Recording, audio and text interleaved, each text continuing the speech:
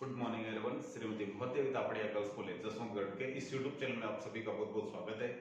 आज का हमारा जो डिस्कस का टॉपिक है वो है उदारीकरण का भारतीय उद्योग धंधों पर किस प्रकार का प्रभाव पड़ा है।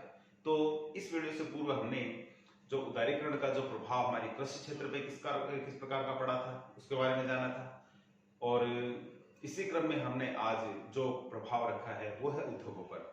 तो उद्योगों पर भी जिस प्रकार से आपने कृषि में देखा था कि कुछ अच्छा प्रभाव पड़ा है तो कुछ बुरा प्रभाव पड़ा है, उसी प्रकार से हम आज देखेंगे कि उद्योगों पर हमारे किस प्रकार से अच्छे प्रभाव आए हैं तो कुछ बुरे प्रभाव भी पड़े हैं। तो सबसे पहले हम बात करेंगे अच्छे प्रभावों की।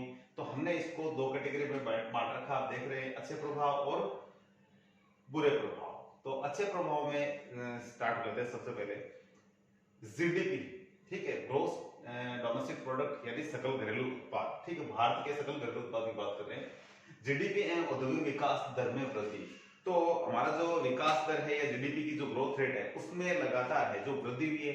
हम जानते हैं कि 1990 के समय हमारे देश में जो उदारीकरण की नीति जो अपनाई गई थी और उस नीति का जो इफेक्ट क्या पड़ा आप देख सकते हैं। 90 में हमारी जो जीडीपी की जो रेट थी, ग्रोथ रेट थी, वो 5.4% थी, जो कि 2007 में ये है जो बढ़कर के 10.7% तक आ गई। तो इसका मतलब ये हुआ कि हमारी जो जीडीपी ग्रोथ है उसमें काफी अच्छा उछाल है और बड़ी मात्रा में आया। तो ये एक अच्छी कंडीशन कही जा सकती है। दूसरे बिंदु की बात करें, सर्वोत्तम तकनीकों का आयात। तो हम जानते हैं कि जो उदारीकरण का जो ये शब्द है, तो उदारीकरण का मतलब ये है कि आप ऐसी उदार नीति अपनाते हो जिससे कि विदेशी कंपनी को हमारे देश में आमंत्रित करते हो, उनसे व्यापार करते हो। तो आप जानते हो केवल व्यापार में केवल वस्तुओं का व्यापार नहीं होता है, उसमें तकनीकों का भी जो आयात और निर्यात भी होता है। तो जो विदेशी कंपनी हमारे देश में बड़ी मात्रा में जो आई है वो नई टेक्निक लेकर के भी आई है, तो ये फायदा मिला है। इसके अलावा हमारे देश की जो कंपनी है उन्होंने विदेशी नई टेक्निक को भी खरीदा है, अपनाया है। और सिंपल से इसकी बात करें, जो उदारीकरण की बात करी जाती है, तो विदेशी जो कंपनी है वो अपनी न्यू टेक्निक लेकर के आई है और इससे हमारे देश में जो बड़ी मात्रा में फायदा है। सर्वोत्तम तकनीकों का आयात, कहने का मतलब यही है कि देश में बड़ी मात्रा में अच्छी जो तकनीकें वो आई है, सर्वोत्तम तकनीकें आई है विदेशों से। जो ऐसी तकनीक आई है उनका फायदा ये मिला है कि देश में तेजी से काम होने लगा है, प्रोडक्शन बढ़ गया है, लागत घट गई है। जबकि पुरानी तकनीकों से जस्ट इसका अपोजिट था, क्या, लागत बढ़ रही है, उत्पादन घट रहा है। तो कहने का मतलब है नई टेक्निक से हम काम करते हैं तो इसमें प्रोडक्शन बढ़ेगा और जो कॉस्ट है, जो लागत है, वो घटेगी, ठीक है। लेकिन इसमें कहीं कहीं थोड़ा रोजगार का जरूर हम देखते हैं कि क्यों नई टेक्निक की बात करें तो उसमें क्या है, बेरोजगारी ज्यादा फैलती है। कारण इसका ये, क्योंकि जो नई टेक्नोलॉजी आती है उसमें क्या है कि एक ही, जैसे आप छोटा सा एग्जांपल देख सकते हैं कि जैसे कंप्यूटर है, ठीक है, तो एक कंप्यूटर है करीब 4-5 लोगों का काम कर देता है, जबकि वही काम है जो पहले 4 जने मिलकर करते थे। तो इस तरीके से कंप्यूटर को तो एक ही जना चलाता है, लेकिन 3 जने हैं, ये मान लीजिए 4 में से एक जना कंप्यूटर चला सकता है, लेकिन 3 जने वो क्या हो जाएंगे, बेरोजगार हो जाएंगे।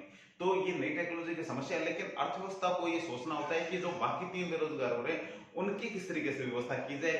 तो ऑल ओवर हम यदि बात करें तो नई टेक्नोलॉजी से कहीं न कहीं फायदा हुआ है। यदि नई टेक्नोलॉजी आती है तो बड़ी मात्रा में प्रोडक्शन होता है, लागत कम आती है, लागत यदि कम आती है, प्रोडक्शन ज्यादा होता है तो रोजगार के अवसर भी बड़ी मात्रा में मिलते हैं, जिससे कि यदि कोई बेरोजगार हो रहा है तो उसको है जो एडजस्ट किया जा सकता है। तो बात करें जो नेक्स्ट पॉइंट की, तो ये है विदेशी पूंजी निवेश में वृद्धि।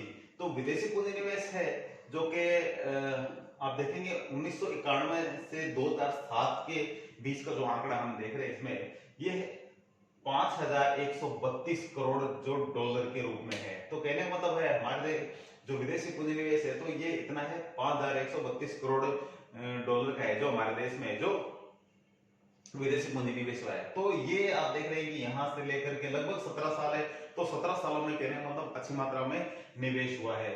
बात करें नेक्स्ट पॉइंट की, विदेशी मुद्रा भंडार में वृद्धि। तो हमारा जो विदेशी मुद्रा भंडार है 90-91 से आप पूर्व देखेंगे तो 1 अरब डॉलर के आसपास था।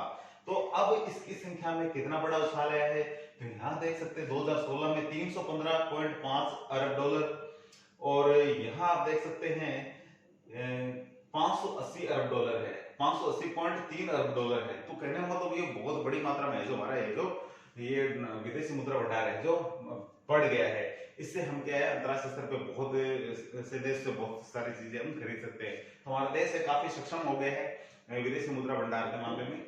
नेक्स्ट मुद्दे की बात करें नए उद्यमी वर्ग का प्रादुर्भाव। तो ये एक चीज बढ़िया चीज है ये कि उद्योगपति है जो नए आने लगे हैं, जो विदेशी जो कंपनी हमारे देश में आके काम करने लगी है। तो इससे क्या है कि नए उद्योगपति है, जो छोटे छोटे उद्योगपति है, जो नए जो उद्योगपति है उनका प्रादुर्भाव हुआ है, नए जो बिजनेसमैन है वो आने लगे इस क्षेत्र में। तो इसका फायदा ये होता है कि बड़ी मात्रा में लोग आएंगे तो कंपटीशन होगा, अच्छी चीजें मिलेगी, सस्ती चीजें मिलेगी, तो ये फायदा होता है इसका।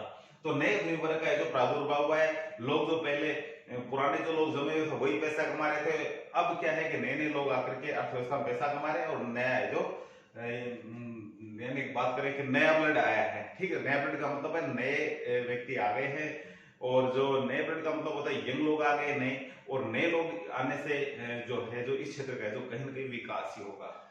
बात करें नेक्स्ट पॉइंट की विदेशी ऋण भार में कमी।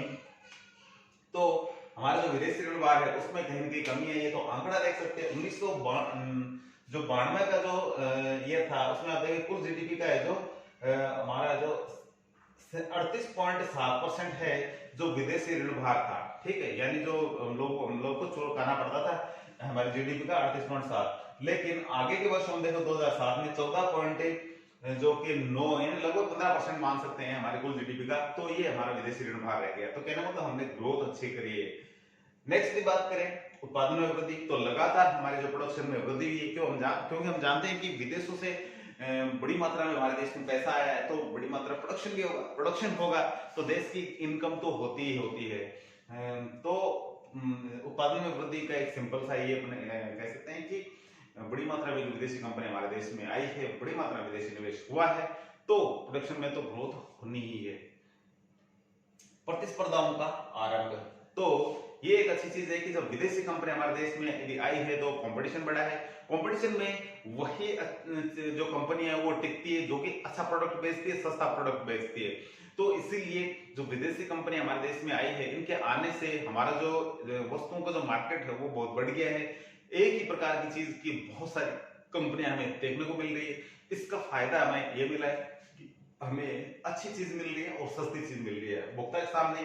यदि बात करें यदि मैं जैसे मेरे सामने पेन है, पेन की बात करूं तो यदि इस पेन को मैं लेने जाता हूं तो ये जो मार्कर है, बोर्ड मार्कर है, एक ही कंपनी नहीं मिलेगा, मेरे को 10 कंपनियां दिखाएंगी और मैं इसमें सिलेक्शन करूंगा किसी अच्छी कंपनी का, सस्ती और अच्छी।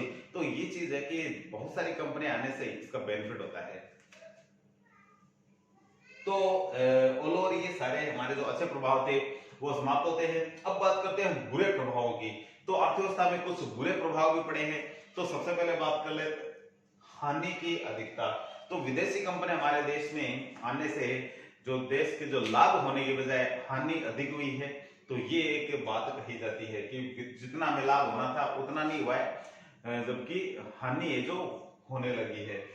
और दूसरी बात करें कठोर प्रतिस्पर्धा। तो कठोर प्रतिस्पर्धा का मतलब ये है कि जो विदेशी कंपनियां हैं ये इतनी कड़ी प्रतिस्पर्धा करती है कि हमारे जो उद्योग है इनको बंद करने की कगार तक इनको पहुंचा देती है और कंपटीशन में इनको फेल कर देती है। और फेल होने के बाद में ये हमारी जो भारतीय कंपनियां हैं या अन्य जो कंपनियां हैं वो एकदम से उनका भट्टा बैठ जाता है, या कहे तो वो अपना कारोबार बंद करके और दूसरे काम में लग जाती है। तो इस तरीके से जो प्रतिस्पर्धा है, कड़ी प्रतिस्पर्धा और कठिन प्रतिस्पर्धा, ये कहीं ना कहीं देश के जो बिजनेसमैन होते हैं उनके लिए एक समस्या लेके आती है, जिसमें जो लूज व्यक्ति होता है, कमजोर व्यक्ति होता है, आर्थिक रूप से अशक्त होता है, उसको तो मार्केट छोड़ के जाना ही पड़ता है।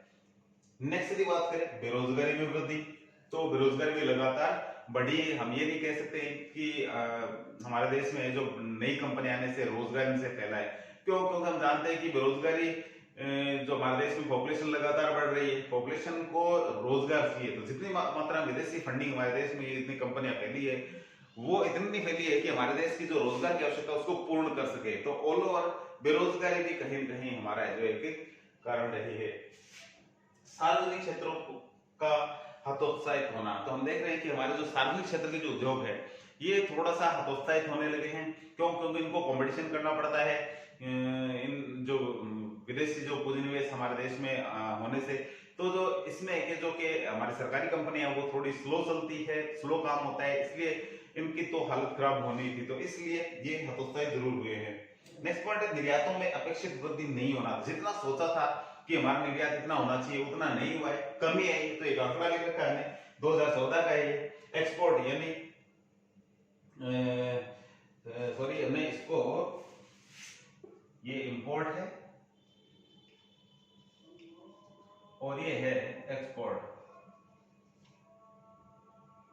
तो इंपोर्ट यानी आयात तो हमने 2014 में किया है 27,15,431 करोड़, यानी 27,15,431 करोड़ का जो हमने आयात किया है, और एक्सपोर्ट किया हमने 19,05,011 करोड़ का। तो कहने मतलब है कि ये बहुत विपरीत स्थिति देखने को मिल रही है कि हमने आयात तो कर लिया बहुत ज्यादा, निर्यात करें बहुत कम, तो ये अच्छी स्थिति नहीं की जा सकती है। और विदेशी हस्तक्षेप में वृद्धि, लगातार विदेशी कंपनियां हमारे देश में आ रही है, नया अपना सेटअप लगा रही है, तो कहीं ना कहीं विदेशी जो कंपनी आई है हस्तक्षेप कर ही रहे हैं, ठीक है। तो ये भी एक हमें चीज देखने को मिल रही है कि हमारा जो प्रोडक्ट है वो जो विदेशी कंपनी है उनके मुकाबले में कहीं न कहीं कमजोर पड़ता हुआ दिखाई देता है। इसके अलावा जो इन कंपनियों के आने से विदेशी हस्तक्षेप का मतलब हुआ है कि भ्रष्टाचार और अनीतियां की बात करें तो ये भी हमारे देश में व्याप्त हुई है, अंतर्राष्ट्रीय स्तर पर भी ये चीज सामने आई है, तो ये एक समस्या के कारण है। स्वदेशी उद्योगों को हानि, तो हमारे जो छोटे छोटे उद्योग थे वो बंद हो गए हैं, और इनके बंद होने के कारण एक बड़ी समस्या ये रही है, क्योंकि जो विदेशी कंपनियां थी वो बहुत सस्ता माल बेचती है। हम चाइना का एग्जांपल ले सकते हैं कि चाइना के जो प्रोडक्ट आते हैं बहुत सस्ते आते हैं, और बहुत सस्ते होने के कारण है जो लोग उन्हीं को ज्यादा खरीदते हैं। हमारी देशी कंपनियां हैं जो फिर उतना सस्ता बना नहीं पाती है, और इस मामले में जो हमारे जो स्वदेशी उद्योग है सबसे बड़ा जो नुकसान इन्होंने उठाया है। श्रम संघों का विरोध भी लगातार इसमें हुआ है, तो इस तरीके से कहें तो इसमें कुछ अच्छे प्रभाव और कुछ बुरे प्रभाव थे। तो आज के वीडियो में इतना ही, मिलते हैं नेक्स्ट वीडियो में, तब तक के लिए धन्यवाद। अपने वीडियो को लाइक कीजिए, शेयर कीजिए, चैनल को सब्सक्राइब नहीं किया तो वो भी जरूर कीजिए।